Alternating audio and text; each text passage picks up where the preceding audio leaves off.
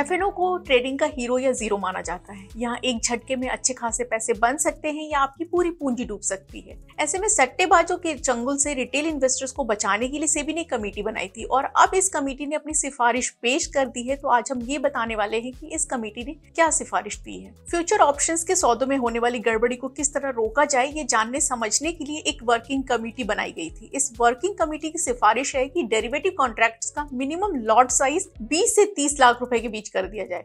अभी ये डेरिवेटिव का मिनिमम लॉट साइज 5 लाख रुपए का होता है। इस मामले की जानकारी रखने वाले सूत्रों ने मनी कंट्रोल को बताया कि डेरिवेटिव्स के बेलगाम वॉल्यूम ग्रोथ पे लगाम लगाने के लिए वीकली ऑप्शन की हर एक एक्सचेंज पे एक हफ्ते में सिर्फ एक एक्सपायरी तय करने की सिफारिश की गई है। फिलहाल हर रोज कोई ना कोई एक्सपायरी होता है, यानी कि हफ्ते के 7 दिन में 7 अलग अलग तरह के एक्सपायरी देखे जाते हैं।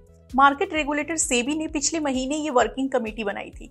इसमें इस सेक्टर के कई एक्सपर्ट शामिल थे। पिछले कुछ साल में फ्यूचर ऑप्शन सौदों में रिटेल इन्वेस्टर्स की भागीदारी काफी बढ़ी है और इस वजह से सट्टेबाजी भी बढ़ी है। इसी समस्या से निपटने के लिए सेबी ने वर्किंग कमेटी का गठन किया था। वर्किंग कमेटी ने जो सिफारिशें दी हैं, अगर वो मान ली जाती हैं तो ट्रेडिंग वॉल्यूम काफी हद तक कम हो सकता है। सेबी की पहली सिफारिश ये है कि कॉन्ट्रैक्ट साइज को 5 लाख रुपए से बढ़ा के 20 से 30 लाख रुपए तक कर दिया जाए। अगर ये नियम लागू होता है तो छोटे छोटे ट्रेडर्स इससे दूर हो जाएंगे। दूसरी बात यह है कि हर हफ्ते हर एक्सचेंज पे सिर्फ एक बार एक्सपायरी से ट्रेडर्स के खेल करने का मौका कम हो जाएगा। कमेटी ने जो दूसरे प्रस्ताव दिए हैं उनके मुताबिक कम स्ट्राइक प्राइस, ऑप्शन बायर्स से पहले ही ऑप्शन प्रीमियम की वसूली, पोजीशन लिमिट की इंट्राडे मॉनिटरिंग और एक्सपायरी के नजदीक आते ही मार्जिन बढ़ाने जैसे उपाय शामिल हैं। सेबी के इस पैनल ने जो सिफारिश की है उस पर फैसला लेने से पहले सेकेंडरी मार्केट एडवाइजरी की कमेटी की राय ली जाएगी। उसके बाद ही ये लागू किया जाएगा। भारत में बेलगाम डेरिवेटिव्स वॉल्यूम बढ़ना सेबी के लिए चिंता की बात है। सेबी की चेयरपर्सन माधवीपुरी बुच ने हाल ही में कहा था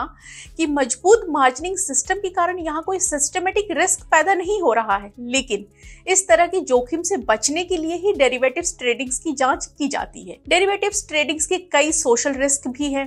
ऐसी कई कहानियां सामने आई हैं जिनसे पता चला है कि कई लोग उधार लेकर डेरिवेटिव्स पे पैसा लगाते हैं और अपना सारा पैसा गंवा देते हैं। सेबी की तरफ से जो डेटा है उसमें भी ये कहा गया है कि डेरिवेटिव्स ट्रेड करने वाले हर 10 में से 9 रिटेल ट्रेडर्स ऑप्शन सौदों में अपनी रकम गंवा देते हैं। मार्केट के दिग्गज जानकारों का कहना है कि ज्यादातर वीकली कॉन्ट्रैक्ट से कोई कमाई नहीं होती, क्योंकि इसका इस्तेमाल सट्टेबाजी के लिए होता है, जबकि इसे शुरू किया गया था हेजिंग के लिए। अगर हम सेबी के आंकड़ों को देखें तो फिस्कल ईयर 2018 में डेरिवेटिव टर्नओवर 210 लाख करोड़ रुपए था, जो फिस्कल ईयर 2024 में बढ़ के 500 लाख करोड़ रुपए पहुंच गया है।